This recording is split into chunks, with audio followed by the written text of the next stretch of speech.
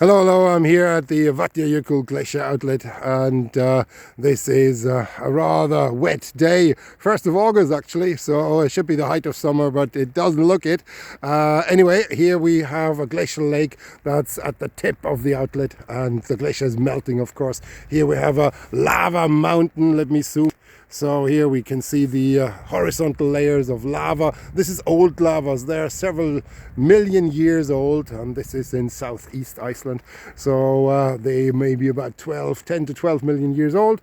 And there we have blue ice, and blue ice means it's very waterlogged and it's very dense actually. And here we can zoom in a little bit. So there is a little bit more ice further in. The actual glacier tongue is there behind the rock, but it's in the mist, unfortunately. But here we have this dirty water, and there you can actually see a front of particle-laden water in the lake, and then a little bit more clear water towards the margin here. So there seems to be a central stream or so that brings in this material, and there's a few bluish icebergs over there, and again, as I said, this is because they are pretty waterlogged. Actually, the blue ice is the most dangerous one because it's the densest of all ice. People kayak here.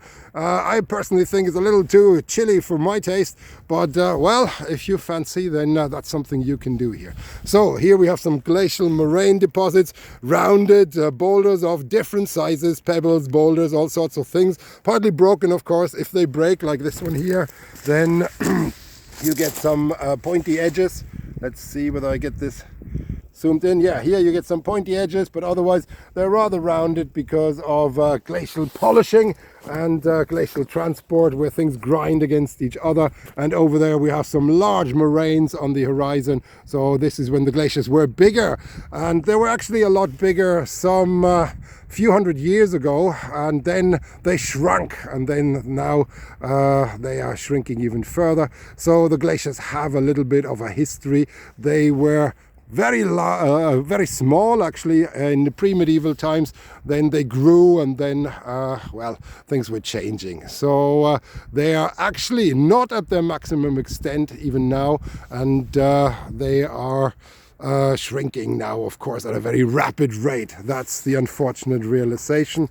And the glaciers were, however, a lot smaller in pre-medieval times, as I said.